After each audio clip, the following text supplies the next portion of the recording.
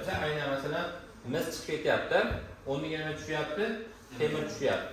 Endi qaranglar, любой metal sulfat, masalan, metal tuziga любой metal tashlanmaydi. Uni qoidasi bor. Masalan, ichkaridagi metal tashqaridagi metalga nisbatan kuchsiz bo'lishi kerak.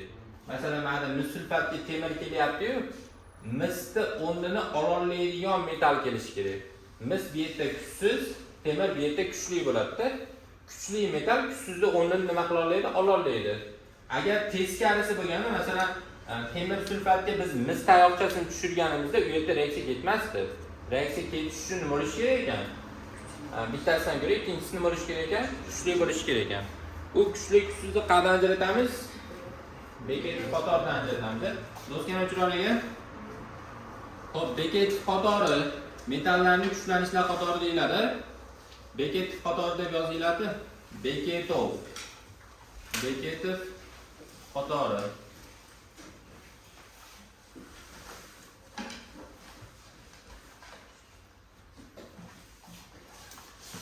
Bekativ qatorini yozib beraman, yodlaysizlar bo'ptimi? Hop, bekativ qatori metallarning kuchlanishlar qatori ham deyiladi. Uni ham yozib olinglar. Bekativ qatori metallarning kuchlanishlar qatori. Sayda metallar tanisizda? Ha. Aytasiz. Hop, bekativ qatorini 3 ga bo'lamiz. Bekativ qatori. Birinchisi faol bo'ladi. Faol metallarga kimlar kiradi? Litiy, rubidiymi? Hop, kaliy, bariy, hop, stronsiy, sera. Yana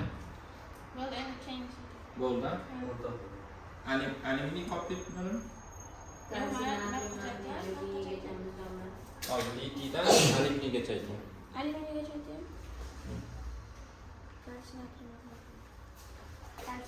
Kalsiy, Natriy, natriy, magniy, alyuminiy. alyuminiy. Mana shu yerda to'xtaydi. Litiydan alyuminiygacha faol bo'ladi. Undan keyin alyuminiydan keyingisi o'rta faol. O'rta faol. Beriliydan boshlayaptimi? Berilik, Manganiz, Mn, rux, Zn, xrom, xrom, galiy, galiymi? Galiy, temir. temir, Qaqacha deganmi? asho oqqacha aytamiz. Vodorod Kadmiy, kadmiy. Harf aytoring tanosiz. Tali, Ta'mi? yo'q, tili. Tilimi? Tali. Ha. Kelgan kobaltmi? Komi? Kobalt, Nikel, nikel, qalay, qalay, qorboshmi? Tb bo'ldi. Mana shu yerda to'xtadi. Demak, beriliydan tortib qo'rg'oshingacha o'rta faol. Va oxiri passivi bor. Keyin qo'rg'oshin bilan passivlar o'rtasida mana yerda H2 turadi. Vodoroddan oldingilar va vodoroddan keyingilar deyiladi. Passiv.